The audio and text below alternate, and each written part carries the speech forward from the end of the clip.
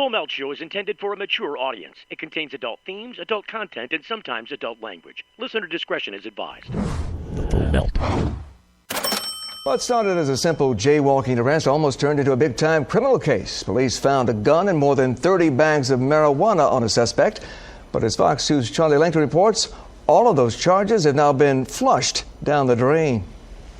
My client crossed the street. But according to the Detroit police, this 56-year-old was jaywalking. He walked across the street. Okay, but when the cops arrested him for jaywalking here on Detroit's west side, they found 30 bags of weed and a gun. And because Dwight Robinson has a felony on his record, he can't have a gun. And according to the federal indictment, he was charged with drug trafficking, which could have landed him in prison for life. But let's go back to that jaywalking charge. The ordinance says in order to be guilty of the ordinance violation, you have to impede vehicular traffic.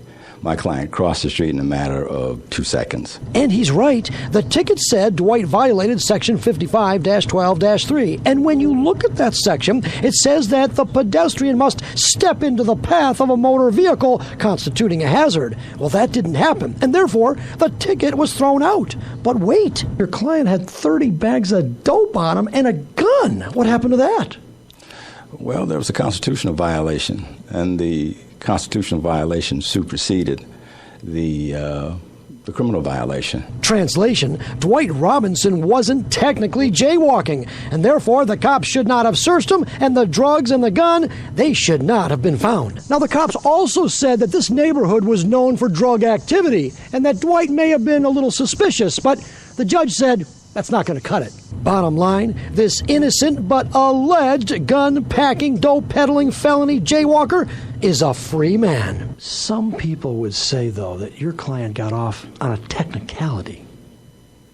No, my client got off because the Constitution says that the laws have to be respected. And the lesson that you learn is that the rights of citizens can still be protected by the best legal system in the world. In Detroit, Charlie Langton, Fox 2 News. Are you high? What are you talking about? This is the Full Melt. Give me a break. The Full Melt Show. A marijuana discussion about news, culture, politics, and lifestyle. FullMelt.com. Toll free. 844-420-TALK. 844-420-TALK.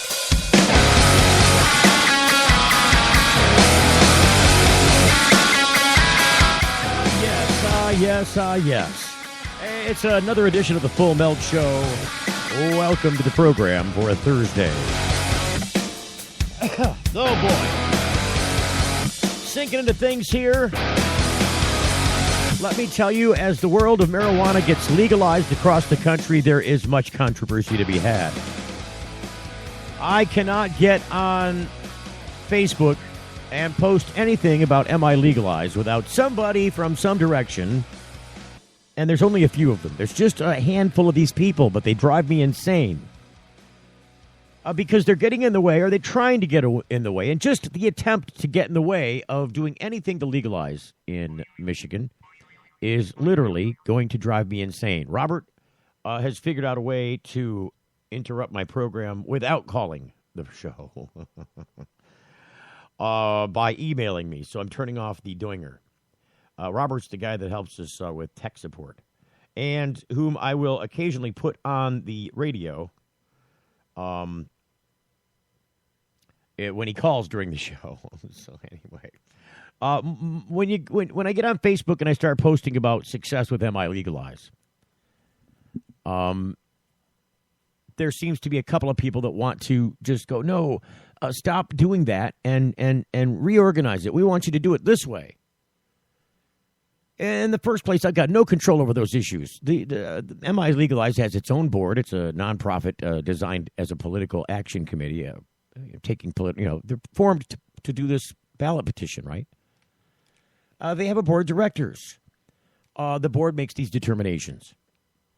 And it drives me insane because the people that want to interrupt this or that want us to change things, and like I said, it's not us. I simply support MiLegalize and have since its inception. Helped figure its design. gave input into this process. This has been a long time coming. I mean, we've been working on this for a long, long time. The organization itself hasn't existed that long, but the people inside of it have. They're well educated. They know what's going on. They know what has worked and what hasn't worked in the past, and they're working to get this done.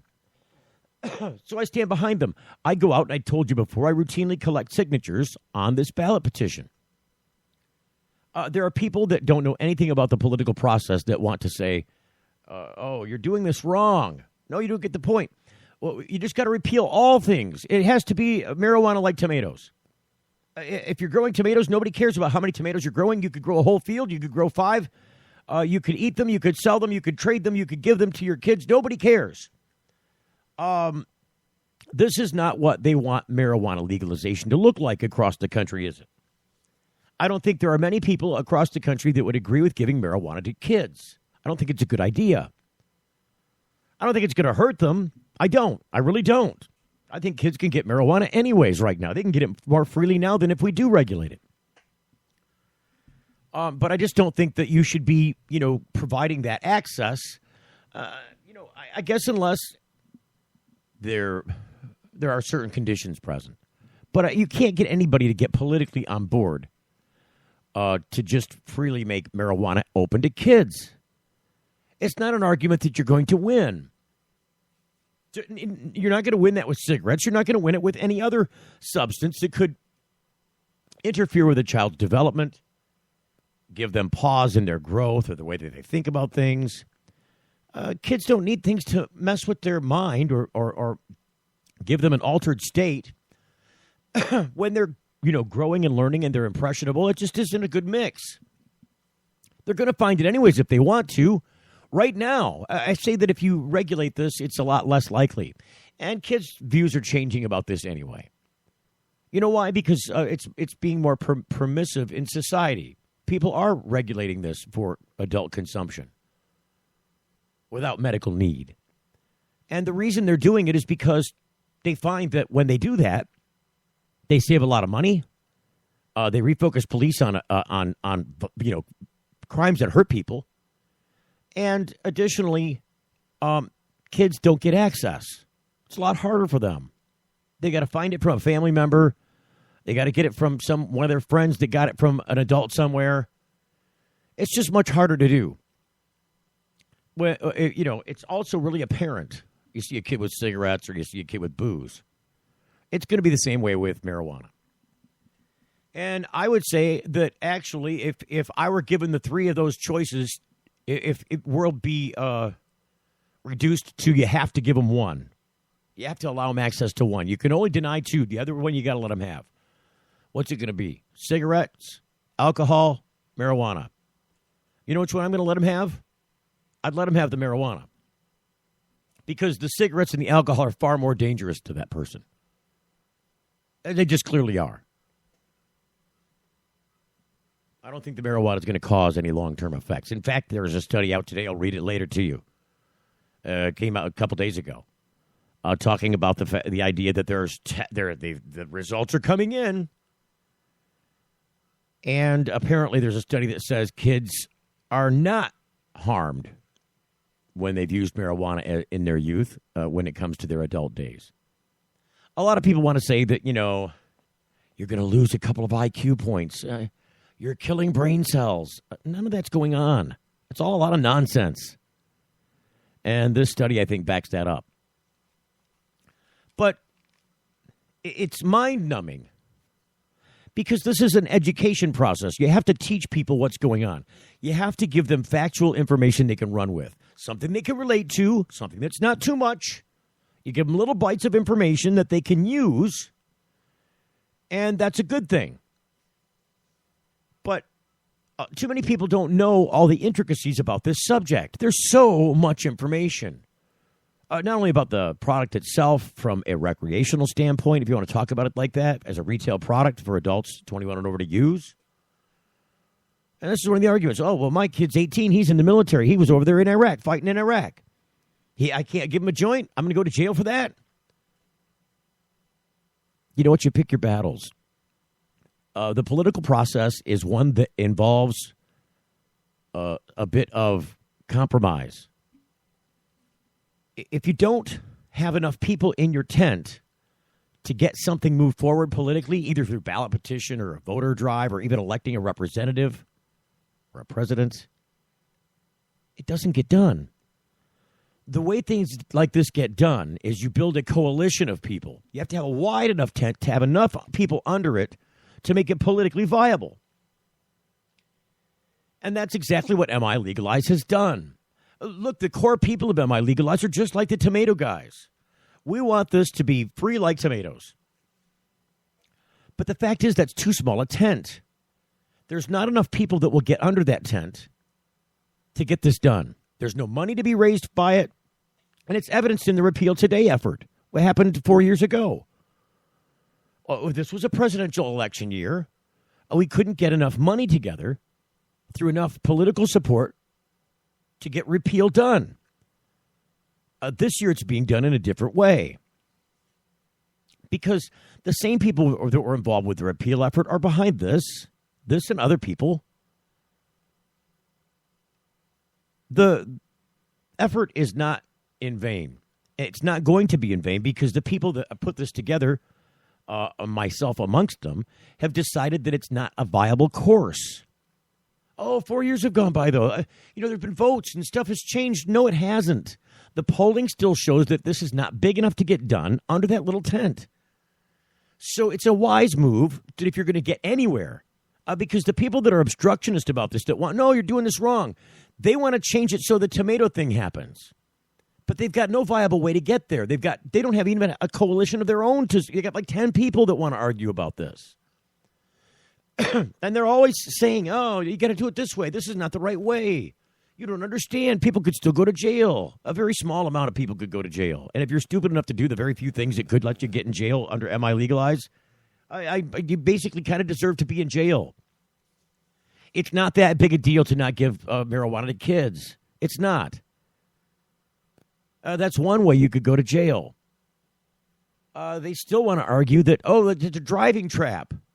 They're going to convert everything to driving. They're going to test everybody for driving. They're going to take your license. This is like the same people that want to say, the government's coming to take your guns away. They're coming, they're organizing. They want all your weapons. You got to turn them in. This is what the crazy pot people are saying about, legalizing marijuana. Instead of keeping their sick friends, their cancer-ridden friends, their friends that need oil to survive, instead of supporting them, they want them to go to jail. They want marijuana to be like tomatoes. It's a pipe dream. Get over it. You're getting the full melt. Got something to hide? Canalock offers discreet and effective storage solutions that destroy odor, so nobody knows. Canalock is a patented charcoal-activated bag that discreetly stores your marijuana. Canalock is made from the same material as military chemical warfare suits. Get yours at canalock.com. Visit canalock.com to learn more about no-smell technology. Hey, it's Steve Green for the Sweet Leaf in Flint, because now getting safe access to medical cannabis patients in Flint, Michigan is never more welcoming. Presenting the Sweet Leaf, a brand new patient experience bringing 12 carefully selected caregivers housed in 9 separate offices to distinctly assist you with their knowledge and reputation for excellent patient care. Classes and training coming soon in the large community room. Check it out in person, 400 South Door Highway, or call 810-259-2571. The Sweet Leaf Center in Flint, 810-259-2571. Get growing with GrowMax. Indoor, outdoor, beginner, or a warehouse full of Gavitas. Probiotic organics, or huge production with Max Power monster aeroponics systems. We can help you rock it. YouTube GrowMax with 2 X's. Customer service is why we're blowing up. And I'm Dave. My cell number is 906-221-2111. We also specialize in electrical and HVAC and new double-ended bulb technology. 906-221-2111. Get growing. GrowMax. Introducing Sacred Elements, a place for natural and alternative healing for the mind, body, and soul. Sacred Elements. It's one place, all solutions. Registered, licensed, certified, ordained. Sacred Elements. Massage, hypnosis, Reiki. Sacred Elements. Raindrop, aroma and color therapy, body detox, ministry, life coaching, weight and nutrition counseling. Sacred Elements. next to the Sweet Leaf, 400 South Dort Highway, Flint. 11 to 7 daily, closed Sunday. Call 810-259-2570. Hey, this is Tommy Chong, and you're listening to The Full Melt Show. My heart is wasted, cut up like a drug, and your tears, they taste. All right, so I've been telling you that there was a study that came out, and I am in the process now of trying to pull that issue up for you, because it's kind of an important one, isn't it? I mean, if you got studies proving issues, you should talk about this. It's really not rocket science, is it? I guess I'm going to have to get to this in another way. Just do it this way. You know, I can tell you one of the things that I do every single day is I Google marijuana news. I do it that way because if you do it a different way, if you look for, if you just look for marijuana news and you click web, it doesn't give you a lot. You have to click under news, and it gives you a different, web does give you stuff. I'm sorry, if you do it the other way around, if you click news, sometimes it only gives you, stories that happened weeks ago or months ago. It looks like Google might have changed some things because web and news seems to be reflecting much of the same story information. It wasn't that way very long ago. Like I said, I look at this all the time. So when I look in here, I look for stuff that has meaning to you, stuff that you can relate to, stuff that when you look at it, it has some relative meaning in your life, something that you can take home and use, right? And I think part of this stuff about studies is something that you can relate to. It's something that you can, the information that they glean from these studies is, basically designed for the very thing that I've told you about, something that's relatable. This came out, this is according to techtimes.com. This is a story that came out today. Researchers found that using marijuana during the adolescent stage does not cause extensive health problems during adulthood.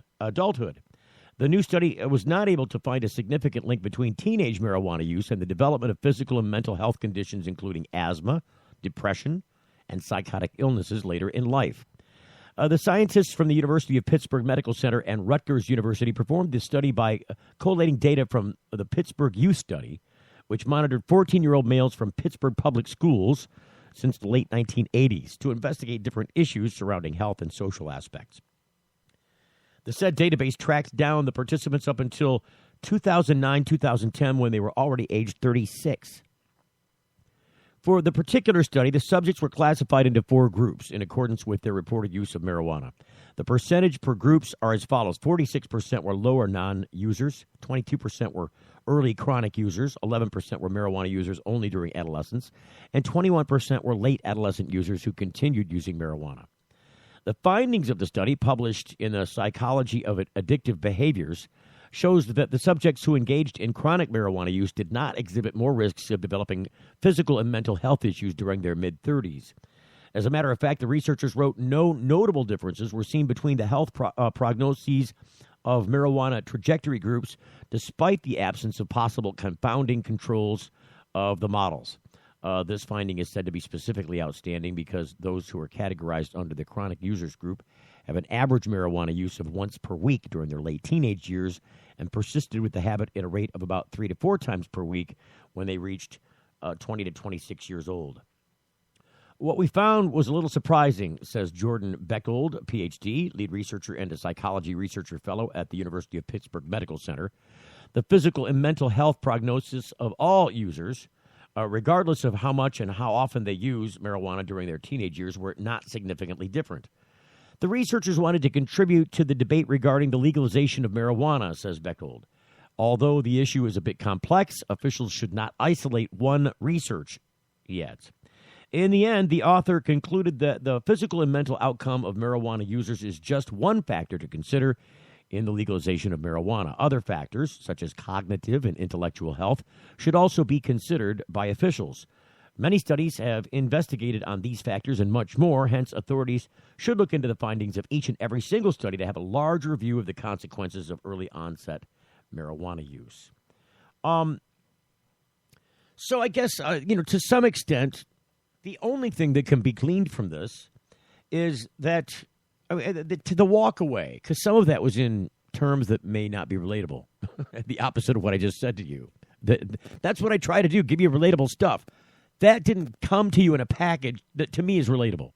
What I can pull out of it, though, is to tell you this. They're not finding, based on these studies of people over some decades, right, that people who are using marijuana in their youth, under any circumstances, were developing any mental or cognitive issues in their adult life. So there's no connection here to psychosis. There's no increase in the rate of people who develop paranoid schizophrenia or other developmental issues with the brain, where there's some brain chemistry trouble. There's no interference here. And this is, to me, very predictable because of the human endocannabinoid system. If cannabinoids were dangerous to the human body, there wouldn't be a system inside your body manufacturing these very same substances. They're not doing it at a level that you notice until they're gone. And I've always said, and I'll continue to say until I have some other research or evidence that debunks this claim, because it is just a theory right now, that people who lean towards marijuana use, especially in their younger years, have some deficiency tied to their endocannabinoid system. It's not across the board that I'm making this claim. I'm saying there's going to be a tendency amongst people who lean towards marijuana use, especially in their younger years, with a deficiency in their self-productive system. That's what endocannabinoid system means. Endo meaning inside. A cannabinoid meaning exactly what it is. It's a system that produces cannabinoids. It's inside your body. And that's the way it works. So, I don't know how else I could put that to make it relatable to you. I think that's Studio Dog, if I'm not mistaken. Did he get loose? Yeah. Oh, sorry. No, it's okay. Come on. He's a good boy. Yeah, it is Studio Dog. I'm on the air right now, so let him go. Come on. I appreciate that. This is day 2 with the Studio Dog. Today he was outside, cut himself loose. He chewed through the cord. And it's a big, giant rope. It needs to be a hemp rope. Come on. Why did this happen?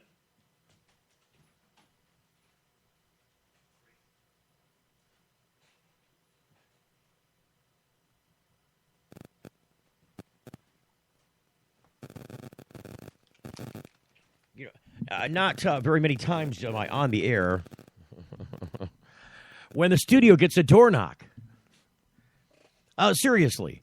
I'm like, is that a door knocking? I know the dog's out there. It sounds like his tail rattling against the door. It's not it's somebody knocking on the door saying, hey, this dog is running around. Is this your dog?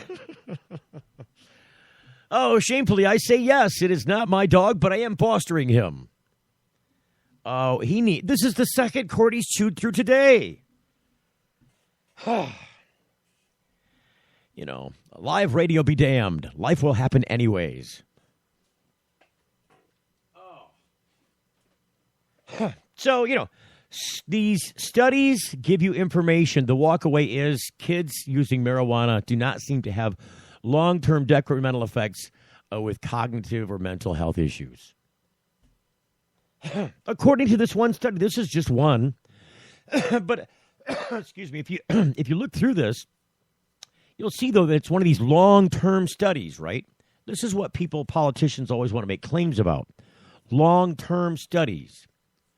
No, we don't know enough about marijuana use amongst kids long-term. We don't know enough. And if you look at the people that are conducting studies back in the 80s, nobody was talking about legalizing pot in the 80s. The only ones talking about legalizing marijuana in the 80s was normal. And then if you went to a normal, event, it was strictly like the wrinkled-up hippies. There weren't a lot of youth. There weren't a lot of other. It just seemed to me, Even in the colleges, it drug out the hippie crowd. I remember covering these for the news. They would say, Normal's holding a big thing about legalizing marijuana down at the university. They sent me in Cleveland out to cover this at Kent State, which is some distance from Cleveland. So I went to Kent State, and sure enough, Normal's out there, and there are some people from the university out there that they've gathered in. But all the people talking are the old hippies. So the people that were looking to do research at that time weren't doing the research based on legalization. Like I said, the only ones that wanted to do legalizing, it was a very small group at the time, were the normal crowd. It wasn't big enough, obviously, to get anything done for a very long time as part of the counterculture. Eventually, that organization did a lot of good work with at least spreading around the truth of the matter.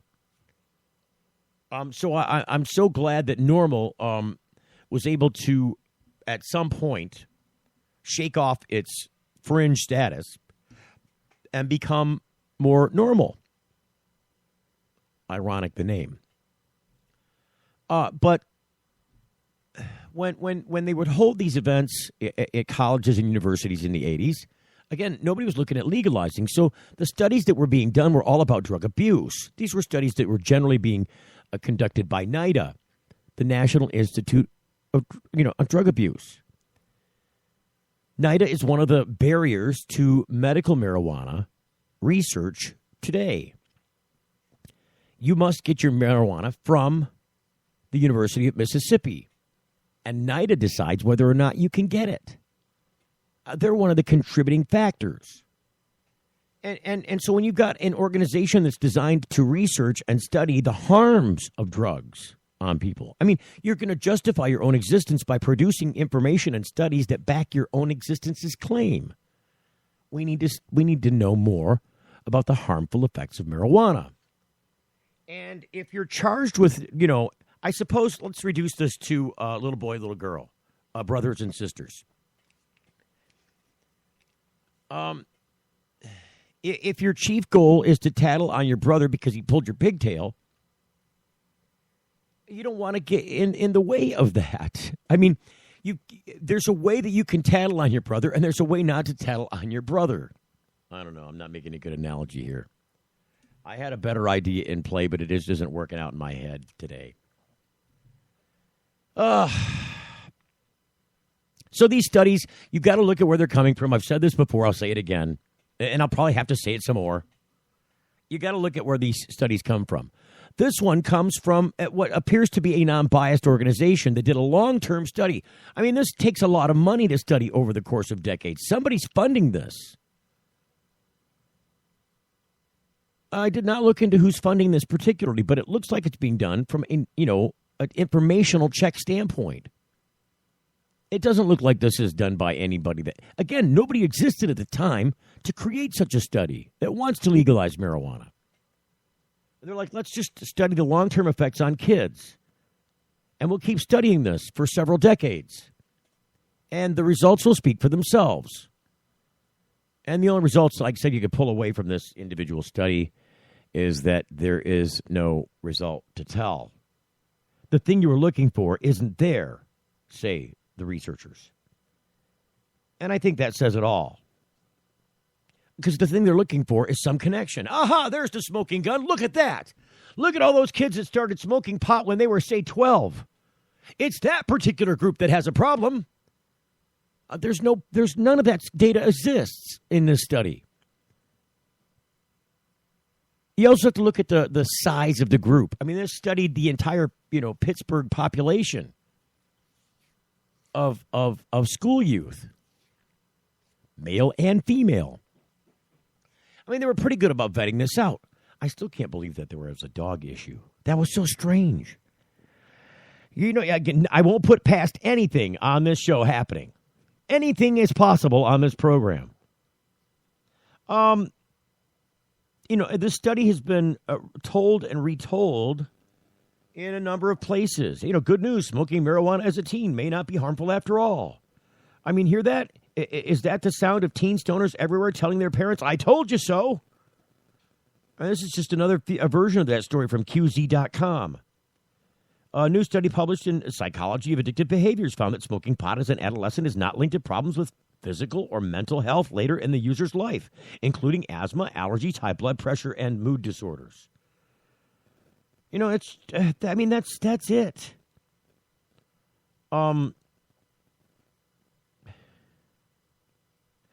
Since the results are at odds with previous studies, the researchers offered some potential explanations. Methodological differences between this study and previous studies might be a part of the discrepancy, as this was a prospective study instead of a retrospective, which is how many studies looking at marijuana's impact on health are conducted. Prospective studies follow cohorts over time, tracking different factors and outcomes. Retrospective studies look back in time to track events. A retrospective study, for example, finds that the marijuana use is correlated to psychotic symptoms. Might actually have been found that the drug exacerbates an existing problem. The researchers also noted that they may have had different findings if they looked at lesser psychological issues like extra suspiciousness or odd thinking instead of binary diagnoses like psychotic and anxiety disorders. This study, the authors note, also comes with its own limitations. It's possible that users calibrate their marijuana intake based on their health risks, meaning, for example, someone predisposed to asthma who might otherwise be a chronic user was only a low user. The sample was from a single geographic area, included only men. It's also possible that health problems will develop later than in a person's mid-30s, and the authors note that health outcomes were self-reported and are therefore less reliable.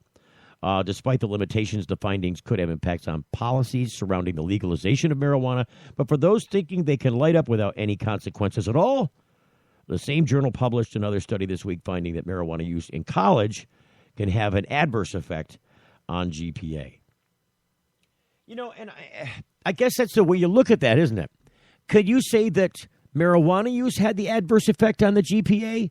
Or was there some other change in lifestyle that caused some depression and therefore the grade drop, and the marijuana use was anecdotal and incidental to the same incident? I mean, this is what you... Studies are strange. You have to look at them and examine them carefully for exactly what they mean, because on the outside, reading the book by its cover, it could look like one thing, but on the inside, when you get into it, totally something else. The devil is in the details. You're getting the full melt. Get growing with GrowMax. Indoor, outdoor, beginner, or a warehouse full of Gavitas. Probiotic organics, or huge production with max power monster aeroponics systems. We can help you rock it. YouTube GrowMax with 2 X's. Customer service is why we're blowing up. And I'm Dave. My cell number is 906-221-2111. We also specialize in electrical and HVAC and new double-ended bulb technology. 906-221-2111. Get growing. GrowMax. If you're like us, your pets aren't just animals. They're members of your family. Pet Pain CBD hemp oil drops are great for aging as well as active dogs and cats. Some people are apprehensive about hemp treatments for pets. They ask us, what are you smoking? Absolutely nothing, and neither will your pet. Like other hemp-based products for humans, the allure is all of the benefits of cannabis without any of the high. The CBD oil has shown to rejuvenate the bones, joints, brain, stomach, eyes, and heart. And the drops contain absolutely no corn, wheat, soy, artificial colors and flavors, or preservatives. Pick some up today. Visit petpain.com or ask for Pet Pain at your local pet store. Petpain.com. CBD relief for your pet. You know, it's not easy out there, but it can be easier. And when it comes to medical marijuana in Michigan and chronic pain management, Dr. Bob Townsend, renowned for his patient advocacy and deep understanding of how patients and medical marijuana certifications fit together, makes it his hallmark to educate and provide the best holistic treatment for your condition. His knowledgeable staff makes you feel warm and welcome, and Dr. Bob makes you feel well. With locations across the state in Cadillac and Gaylord, Kalamazoo, Marquette, Mount Pleasant, Muskegon, Saginaw, Traverse City, you can't beat the convenience and feeling you get knowing you have someone on your side that cares. Denali Healthcare is on the web at denalihealthcaremi.com. Get answers to your holistic health questions or schedule an appointment now by calling 989-339-4464. Chronic pain management and holistic health answers is what they do. It's all they do. DenaliHealthcareMI.com. Get your certification and peace of mind now by making an appointment with Dr. Bob Townsend at 989-339-4464. Introducing Sacred Elements, a place for natural and alternative healing for the mind, body, and soul. Sacred Elements. It's one place, all solutions. Alkaline water, herbal remedy, essential oil, Sacred Elements. natural and organic shampoo, lotion, pain cream, bath salt, Sacred Elements. beeswax candles and handmade crafts, canes and walking sticks, artwork, jewelry, and repurposed goods. Sacred Elements. Next to this wheat leaf, 400 South Dordt Highway, Flint. 11 to 7 daily, closed Sunday. Call 810-259-2570. It's the Full Melt Radio Show. Monday through Friday from 7 until 8 p.m. Eastern Standard Time is when we broadcast live to you on a weekday basis. A lot of stuff going on. Highlandale Beach, used to live there in Florida. It's a Broward County city right straddling the Broward-Dade County line. I'm happy to hear that Highlandale Beach decriminalizing marijuana possession. The New Broward Times reporting they're the first city in Broward County that will now punish marijuana violations with a citation. It's a lot better than arresting people. And the reason they're doing this is because, it's not cost effective as a city like this, especially a tourist city, where retail marijuana is available in other states. You might go to Florida, they might seek out some pot. Like, this is a genie you're not putting back in the bottle. Chris Christie thinks he can do it, but it's not going to happen. If he tries, it would be a tremendous expense and at huge revolt. There would be a states' rights issue fight to the core. And Chris Christie, if he ever did become president, I don't think he ever will, if he ever did become president and did pass an edict or any of these candidates that are threatening, Marco Rubio, there's a clown for you, saying, no marijuana use. No, it's all illegal. It's illegal federally. You can't do it in your state either. These are the same Republicans that want to fight for states' rights about other things. No, our state can do what it wants. We don't like this federal superseding law thing unless it applies to pot for some reason. Marijuana has had such special treatment, special handling. The reason it's got special handling is because it's, particularly dangerous. It's not. It's particularly undangerous. It's been treated like this, like it's some nuclear football, because there are people behind its prohibition that are draining people's pocketbooks of money over this. I mean, this is what it is. So I'm glad to see that Highlandale Beach in South Florida is now going to give you a fine instead of an arrest. Wednesday night, the commissioners there at Highlandale Beach unanimously approved a new measure that will make marijuana possession a civil offense rather than a criminal one. Anyone caught with 20 grams of pot or less will be fined $100 rather than be arrested. That law is expected to go into effect September 19th. In the meantime, the Highlandale Beach Police Department will train officers on how the new measures work. This city in South Florida is following Miami-Dade's footsteps in passing the measure. In July, Miami-Dade passed a measure that would allow Miami cops the option to issue a citation to anyone caught using or having 20 grams or less of marijuana. Miami-Dade's new law will take and fine a person $100 rather than arresting them as well. That measure was the first introduced by a commissioner there back in June. It was now met with enthusiasm by other commissioners who feel that a new measure would help overcrowded jail problems as well as make it easier for taxpayers in the city. The story goes on. I mean, it's really a lengthy story. In fact, I can't believe how long the story is because it's controversial there. It's so controversial that in this same area in Florida, you've got a petition circulating to make medical marijuana available. On the 2016 ballot, this according to WJXT, 3 hours ago, they posted a story saying petitions are already circulating in South Florida and other places across the state to put medical marijuana on the 2016 ballot. But at a national conference in Seattle, the two states have legalized recreational marijuana. Say Florida and other states should just bite the legalization bullet.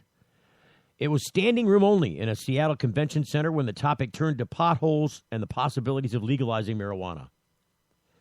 One of the first questions of lawmakers from across the country was how many of their states will be dealing with medical or recreational marijuana this year. Nearly every hand went up. Nearly every hand. Florida's one of them. St. Petersburg Senator Jeff Brandeis will introduce a full-blown medical marijuana legalization bill within the month. I think now is the time to have the conversation. Let's do it in statute, and I believe we'll have the votes if we can get it to the floor, Brandeis said. The legalization, and that's the trick, getting it to the floor, isn't it? That's where the horse trading happens. There's a guy in control that says, no, I'm not going to let you do your stupid pot bill until you agree to do something on my gambling bill or on my road bill or on my, funding of police bill or some other bill. You want my vote? I'll give you my vote, but you got to give me your vote. It's a horse trading game. You could be completely opposed to whatever he wants your vote for. But in order to get the stuff that your constituents want done, you might have to trade off a little bit. Make some of your constituents unhappy so that you can make others happy. Otherwise, there's a stalemate. Nobody gets happy. The legislation hopes to short-circuit the need for a ballot referendum in 2016. See, this is how they do. When there's pressure on the heels of legislators, they act. It's happening here in Michigan. I'll talk about that in a second.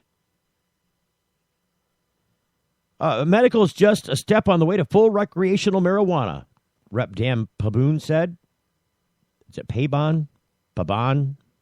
It's not baboon. It sounds too much like baboon. The same advice comes from the Seattle City Attorney Peter Holmes, who is one of the leaders of the recreational marijuana campaign. I do believe that trying to deal with it as comprehensively up front, the better, Holmes said. The sooner you get that, the more you can stop relying on traditional law enforcement to effectuate your policies and instead have economic forces working with you is so much sounder and a better option. But for Florida lawmakers in Seattle, the message is falling mostly on deaf ears. I am not a big supporter of recreational use for marijuana, said Senator Audrey Gibson. I obviously support medicinal use purposes and expanding what that looks like. The political will isn't sufficient enough in Florida for outright legalization yet, but Florida is much more conservative than either Colorado or Washington state.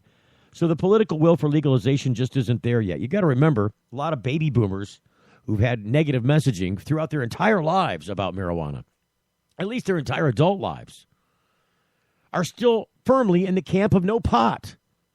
It's been drummed into their heads. They just spit it out by, it's like a reflex. Signatures are already being collected to put medical marijuana in the Constitution, and another vote is expected in 2016 unless lawmakers act first. So that's what is happening here in Michigan. It was revealed to me, and I already knew this anyways, but at least they admitted it. The people behind MCC, Michigan Cannabis Coalition, I saw them show up at one of the places that I was collecting signatures for MiLegalize.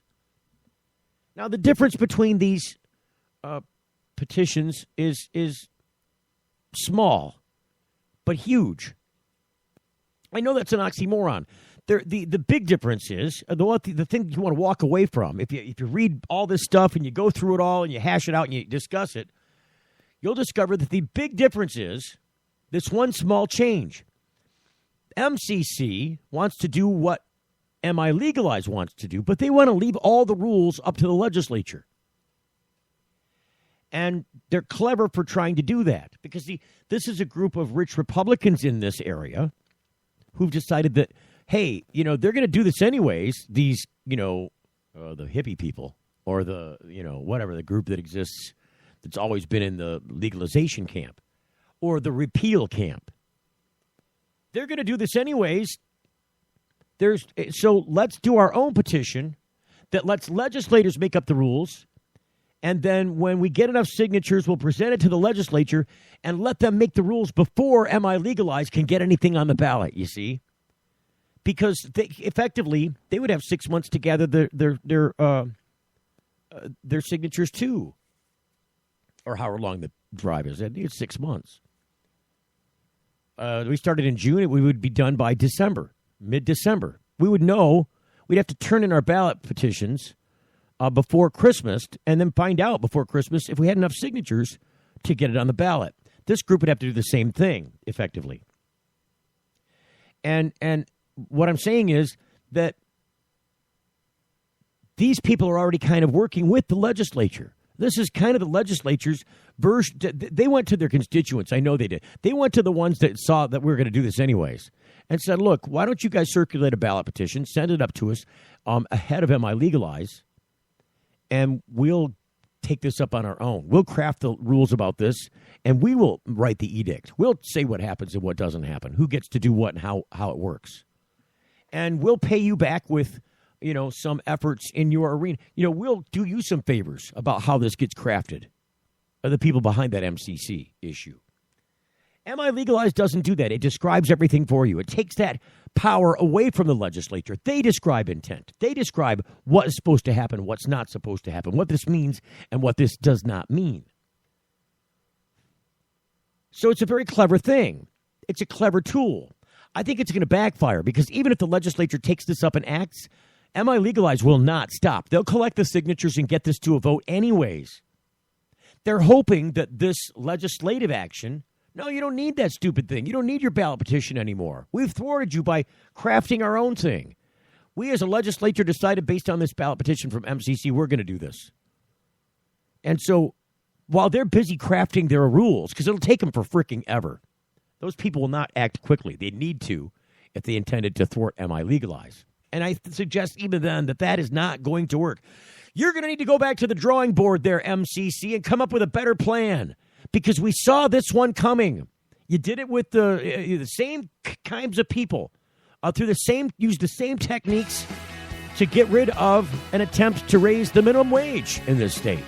There were people trying to get the minimum wage done in the last election cycle here, not in 2012, but in the off-year election cycle, the gubernatorial campaign, and failed to get enough signatures because the legislature said, you know what, okay, we'll go ahead and pass minimum wage, but we're only doing it because we don't want to do it the way you want to do it. Back to the drawing board, MCC. You're getting the full melt. Got something to hide? Canalock offers discreet and effective storage solutions that destroy odor, so nobody knows. Canalock is a patented charcoal-activated bag that discreetly stores your marijuana. Canalock is made from the same material as military chemical warfare suits. Get yours at canalock.com. Visit canalock.com to learn more about no-smell technology. Imagine a world where patients can use marijuana like any other medicine. The Marijuana Patients Organization challenges the status quo by helping our neighbors to enjoy a better quality of life. Visit the MPO at marijuanapatients.org and enjoy informative articles, engaging debates, and information about treatments, doctors, and dispensaries in your area. Over 50,000 people have registered at marijuanapatients.org since 2010. Join us at the Marijuana Patients Organization today, marijuanapatients.org. Hey, it's Steve Green for the Sweet Leaf in Flint, because now getting safe access to medical cannabis patients in Flint, Michigan is never more welcoming. Presenting the Sweet Leaf, a brand new patient experience bringing 12 carefully selected caregivers housed in 9 separate offices to distinctly assist you with their knowledge and reputation for excellent patient care. Classes and training coming soon in the large community room. Check it out in person, 400 South Door Highway, or call 810-259-2571. The Sweet Leaf Center in Flint, 810-259-2571. If you're like us, your pets aren't just animals. They're members of your family. Pet Pain CBD hemp oil drops are great for aging as well as active dogs and cats. Some people are apprehensive about hemp treatments for pets.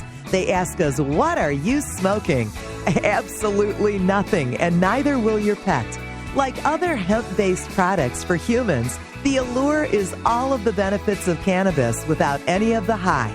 The CBD oil has shown to rejuvenate the bones, joints, brain, stomach, eyes, and heart. And the drops contain absolutely no corn, wheat, soy, artificial colors and flavors, or preservatives. Pick some up today. Visit petpain.com or ask for Pet Pain at your local pet store. Petpain.com. CBD relief for your pet.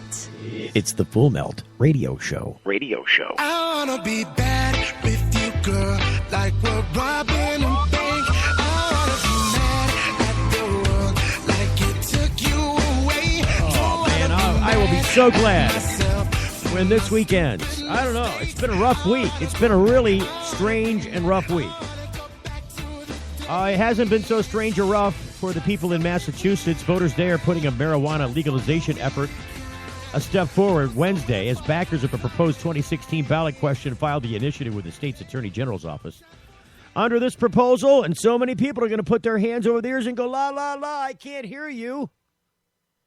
The group campaigned to regulate marijuana like alcohol. 21 adults, 21 and older, would be allowed to possess up to 1 ounce of marijuana and also grow a limited amount of the drug in their home. Similar to home brewing, the organization said in a statement. It said the initiative would also, this is Massachusetts. The initiative said it would also, quote, create a tightly regulated system of licensed marijuana retail outlets, cultivation facilities, product manufacturing facilities, and testing facilities, which will be overseen by a commission similar to the Alcohol Beverage Control Commission. I don't like the model. Here's why people have such a bad taste in their mouth about the model if you regulate marijuana like alcohol. The reason is marijuana ain't alcohol. Alcohol ain't marijuana. Plain and simple. Alcohol is more dangerous than marijuana. Please file that away. Put that away. Note to self, alcohol is more dangerous than pot. Always will be. You want to argue with me about that? Sit down with a pound of marijuana and begin smoking until you can't smoke it anymore. Sit down there until you pass out smoking. Sit down with a keg of beer and keep drinking that until you pass out. See which one might kill you. I'm not suggesting that anybody do either of those things. It's nonsensical. It's stupid. Why would you do that? People are going to do it. They do it all the time. People drink themselves into oblivion till they don't even know what they're doing anymore. They're so poisoned with alcohol in their system they can't figure out or remember anything that they're doing. They're just acting almost autonomously, just without regard. People on marijuana don't do that. They never have. And they got so messed up with some cannabinoid that they couldn't figure things out, or they'd just be kind of quiet in a room by themselves. They won't be lobbing around out in public, making noise and picking fights.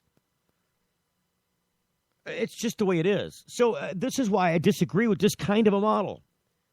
But I can't disagree with any model that legalizes marijuana. I can't. If it keeps people out of jail, I'm all for it. It said the initiative would also create the proposal would create a 3.75% state excise tax on retail marijuana sales, in addition to the state's sales tax that allow municipalities to establish an additional 2% tax. Next year, voters will have the opportunity to end the failed policy of prohibition and replace it with a more sensible system. Will lose your director of the campaign said in a statement. Marijuana is significantly less harmful than alcohol. Yeah, then why are you regulating it like alcohol? And our laws should reflect that. You're not saying that. You're saying we want to regulate marijuana like alcohol. Why would you then at the very end of your statement say marijuana is significantly less harmful than alcohol and our laws should reflect that? You're saying the very opposite of what you're doing. What in the world? Who edited this story?